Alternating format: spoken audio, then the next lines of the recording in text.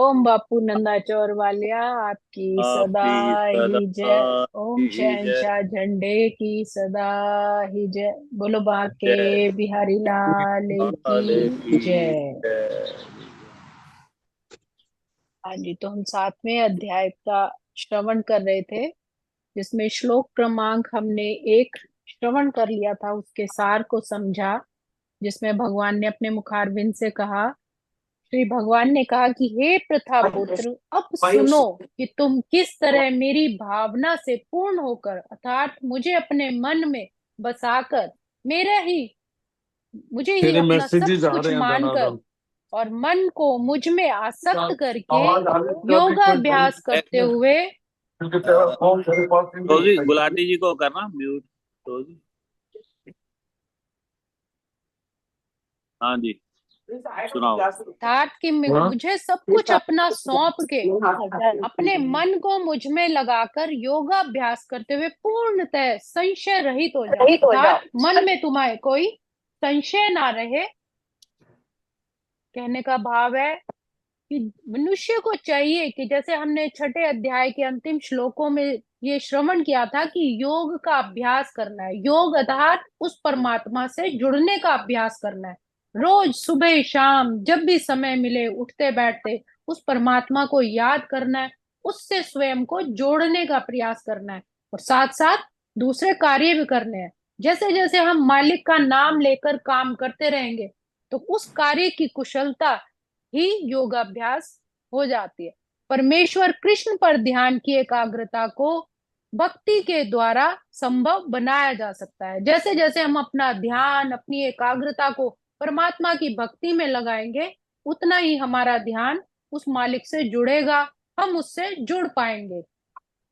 जिसमें श्रवणम अग्रणी और सबसे महत्वपूर्ण है। भगवान क्या कहते हैं कि श्रवण करना, सुनना सबसे ज्यादा महत्वपूर्ण है।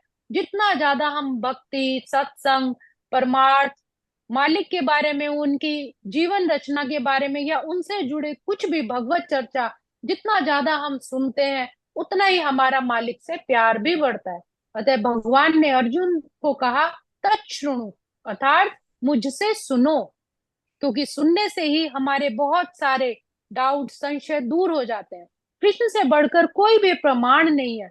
अतः उनसे सुनने का जिसे भी सौभाग्य प्राप्त होता है, वो पूर्णतः उस परमात्मा के भक्ति में पूर्ण हो जाता है, भक्ति में लीन हो जाता है। इसलिए मनुष्य को चाहिए कि या तो स्वयं कृष्ण या उनके शुद्ध भक्त जो परम योगी है, उनसे वो ज्ञान अवश्य सीखना चाहिए कि जैसे कैसे हम मालिक के प्यारे बन सकते हैं। ना कि ऐसी शिक्षा का अभिमान करने वाले भक्तों से हमें ज्ञान लेना चाहिए जो केवल बाह्य ज्ञान दे, अपनी शिक्षा का अभिमान करें।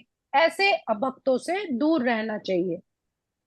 और जो प्रत्येक हृदय में वास करने वाले परमात्मा के विषय में, उस कृष्ण के विषय में सुनता है, उसके लिए शुभेच्छा मित्र की भांति कार्य स्वयं भगवान करते हैं। जैसे जैसे हम मालिक के बारे में सुनते हैं, उनकी चर्चा करते हैं, तब वो भी हमारे मित्र की तरह हमारे हर काम में हमारी रक्षा करते हैं। हमारे लिए शुभेच्छु, हमारे लिए जो भी अच्छा है उस तरह से मित्र बन जाते हैं। और जो भक्त निरंतर उनका श्रवण करता है, धीरे धीरे उसका मन तन सब शुद्ध होने लगता है, और इस प्रकार भक्त अपने सुप्त दिव्य ज्ञान को फिर से पा लेता है। जैसे जैसे उसका प्रेम उस परमात्मा के विषय में बढ़ता है, जितना ज्यादा अधिक से अधिक वो सुनता है, त्यों तो उसकी भक्ति भी स्थिर होती जाती है। उसका मन उस परमात्मा में स्थिर होने लगता है। भक्ति के विकसित होने पर जो रजो तमो गुण से मुक्त हो जाता है, और उसमें फिर धीरे धीरे काम, लोभ की इच्छा भी खत्म होती जाती है। इसलिए अपने मन को अब सच्चे उस परमात्मा के श्रवण में लगाना चाहिए। और इसी श्रृंखला में हम आगे श्लोक श्रवण करते हैं। श्लोक क्रमांक 2। ज्ञानं तेहं सविज्ञानम् इदं वक्ष्याम शेषतः, यज्ञात्वा नेह भूयोऽन्यत् ज्ञातव्यमवशिष्यते। अब भगवान आगे क्या कह रहे हैं अपने मुखारविंद से, अब मैं तुमसे पूर्ण रूप से व्यवहारिक और दिव्य ज्ञान कहूंगा। इसे जान लेने पर तुम्हें कुछ भी और जानने के लिए शेष नहीं बचेगा। अर्थात भगवान कृष्ण अर्जुन को वो सब ज्ञान देना चाहते हैं जिससे उसके मन में कोई भी संशय ना रहे। वो ऐसा दिव्य ज्ञान जिससे उसका कल्याण हो और वो उस परमात्मा के निज स्वरूप के भी दर्शन कर सके। इस पूर्ण ज्ञान में प्रत्यक्ष जगत जिसके पीछे काम करने वाले आत्मा है, इन दोनों के उद्गम सम्मिलित है। इस पूर्ण ज्ञान में क्या है कि जो हमें यह संसार दिखाई देता है, इसके पीछे कौन सी ऊर्जा काम करती है, ये भी यही जानना, उस आत्मा उस चेतना को जानना ही दिव्य ज्ञान है। क्योंकि अर्जुन उनका विश्वस्त भक्त है, मित्र है, इसलिए ही उसको ये ज्ञान पद्धति बताना चाहते हैं।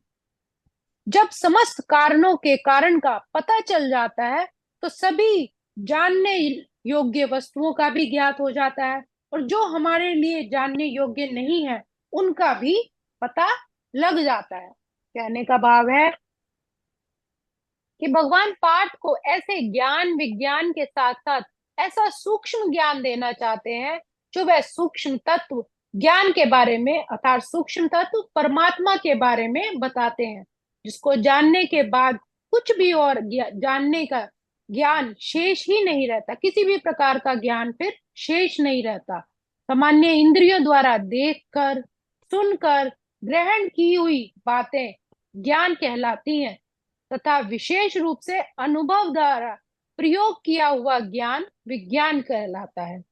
किसी मिष्ठान के स्वरूप गुण आकार को जानना ज्ञान है तथा उसके स्वाद का अनुभव करना विज्ञान है।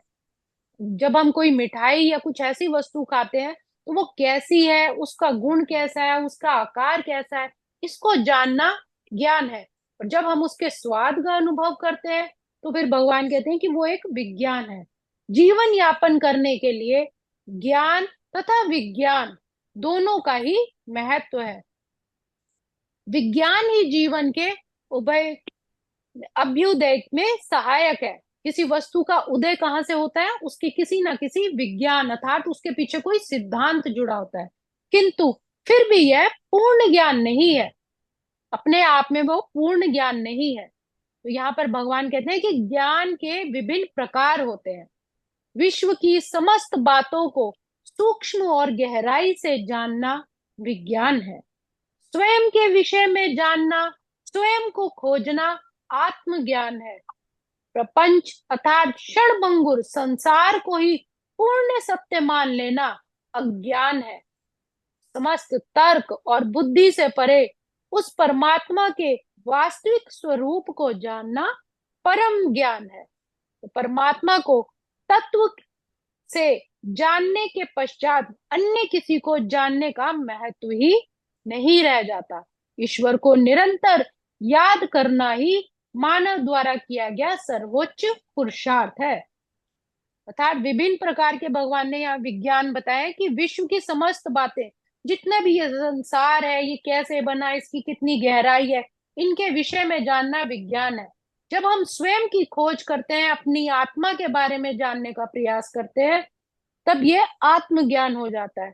और जब इस सांसारिक विषय जो क्षणभंगुर है, जब इसी को ही हम सत्य मान लेते हैं, जितनी भी हमें वस्तुएं दिखाई देती है संसार में, भगवान कहते हैं वो प्रपंच ज्ञान है, क्षणभंगुर है। जब हम इसी को ही सत्य मान लेते हैं तो ये अज्ञान है। और समस्त तर्क बुद्धि से परे जब उस मालिक के हम स्वरूप को जानने का प्रयास करते हैं, उसको जान लेते हैं, तो वो परम ज्ञान है। इसलिए हमें ईश्वर में निरंतर अपने मन को लगा के रखना है, क्योंकि यही सर्वोच्च पुरुषार्थ है। जब तक मनुष्य स्वयं पुरुषार्थ नहीं करता तब तक उसे कुछ भी प्राप्त नहीं होता। अगला श्लोक। मनुष्याणां सहस्रेषु कश्चित् तति सिद्ध्यये यतात्मपि सिद्धानां कश्चिन्मां वेत्ति तत्वतः। तीसरे श्लोक में भगवान क्या कह रहे हैं? भगवान कृष्ण कह रहे हैं पार्थ से कि भगवत प्राप्ति अत्यंत कठिन है। कई हजार मनुष्यों में से कोई एक ही सिद्धि के लिए प्रयत्नशील होता है, और इस तरह सिद्धि प्राप्त करने वालों में से मुझे एक कोई एक मुझे मेरे वास्तविक रूप में जान पाता है। मतलब परमात्मा को पाना इतना, उसको जानना सरल नहीं है, ये अत्यंत कठिन है। पूर्व पुण्यों के फलस्वरूप हजारों में से कोई एक व्यक्ति ही परमात्मा प्राप्ति के लिए यत्न करता है। उनमें से भी कोई विरला ही उस परमात्मा के परम तत्व को जान पाता है। तत्व से जानने का अर्थ है ईश्वर को उनके वास्तविक स्वरूप से जानना। त अर्थात वह तत्व अर्थात स्वरूप। जिस प्रकार माँ ही ममत्व है को जान सकती है, जिस प्रकार बालक का बालकत्व होता है, उसी प्रकार ही परमात्मा में सर्वस्व समर्पण करने वाला व्यक्ति ही उस तत्व को जान सकता है कि उस मालिक का प्यार कैसा है, उसका स्वरूप कैसा है। सभी परमात्मा को अपने अपने तरीके से पूजते हैं, कोई सगुण रूप में तो कोई निरागुण में मानता है, किंतु परमात्मा इन सब से परे सभी आत्म तत्व के रूप में विद्यमान है। हर जीव में, हर कण कण में वो विद्यमान है। रामकृष्ण परमहंस का उदाहरण देकर बताया गया है कि किस प्रकार अनन्य श्रद्धा, भक्ति और प्रेम से उन्होंने काली माँ के विग्रह में साक्षात माँ जगदम्बा को प्रकट करते हुए देखा और उनसे वार्तालाप किया। हम जिससे प्रेम करते हैं उसी के साथ हमारा एकाकार भी होता है तथा हम उसी के गुण भी फिर ग्रहण कर लेते हैं। दो व्यक्ति भगवान जगन्नाथ के दर्शन के हेतु गए। रास्ते में एक खेल चल रहा था। एक व्यक्ति खेल देखने के लिए रुक गया। उसने सोचा कि भगवान के दर्शन तो मैं बाद में भी कर लूंगा, और दूसरा व्यक्ति दर्शन करने के लिए आगे बढ़ गया, किंतु मंदिर में पहुंचकर भी उसका चित्त खेल में ही लगा रहा, और जो खेल देखने के लिए रुक गया था उसका चित्त खेल देखने में ना लगकर ईश्वर की ओर रहा। साहब, जो भी हम कार्य करें, अगर मालिक का स्मरण साथ नहीं है तो वो सब कुछ व्यर्थ है। गीता ज्ञान वह साधन है जो हमें निरंतर उस परमात्मा की भक्ति की ओर उन्मुख करता है। इसलिए सदैव उस मालिक का चिंतन करते हुए भी हमें समस्त कार्य करने चाहिए, ताकि वो हर क्षण, हर पल हमारी स्मृति में बना रहे। कुंठित इंद्रियों के द्वारा कृष्ण के महत्व को समझा नहीं जा सकता, किंतु भक्तों द्वारा की गई दिव्य सेवा से, उनके स्मरण से, उनकी भक्ति से वे भक्तों को आत्म तत्व जरूर प्रदान करते हैं। आज के श्लोकों को हम यही विराम देंगे। ओम श्री कृष्णार्पणमस्तु। हरे नमः, हरे नमः, हरे नमः। वाह जी वाह, धन्यवाद धन्यवाद संगीता जी, बहुत सुंदर। एक बात सबको बहुत सत्कार अच्छी, बापू जी की जय जयकार। हाँ जी, रोजी कुछ बड़ी अच्छी एक लाइन तो अभी बताई इन्होंने कि भाई सर्वोच्च पुरुषार्थ, मतलब सर्वोच्च करने वाला कर्म पुरुषार्थ ही हुआ ना, कि निरंतर जी ईश्वर को याद करना है। ये मतलब भगवान जी ने अपने मुख से कही है ना। जी। जैसे कहते हैं ना, पुरुषार्थ और भाग्य की तुलना करते हैं, तो पुरुषार्थ यही है कि हम प्रभु को याद करते रहे निरंतर। सबसे बड़ी भगवत गीता में दो कोशिश। बातें बहुत सुंदर सुंदर बताई गई हैं कि एक तो हाँ ये, जब भगवान कहते हैं कि ये करना चाहिए, ऐसा करना हाँ चाहिए, ऐसा करना चाहिए, तो दैट हाँ मीन्स वो हमें चॉइस दे रहे हैं कि हमें ये हाँ करना है और ये नहीं करना। लेकिन जब हाँ वो कहते हैं कि मुझे सुनो, ऐसा करो, हाँ, तो मतलब ये उनका करो, आदेश है जो हमें आदेश है। पालन करना चाहिए। तो हाँ ये हाँ कहीं कहीं श्लोकों में बताते हैं कि ये करना चाहिए, मनुष्य को ऐसे करना चाहिए, क्योंकि ये हाँ, जीवन को हमारे सार्थक बनाने की ही सब बातें बताते हैं। सब वेदों का बहुत सार है इसमें।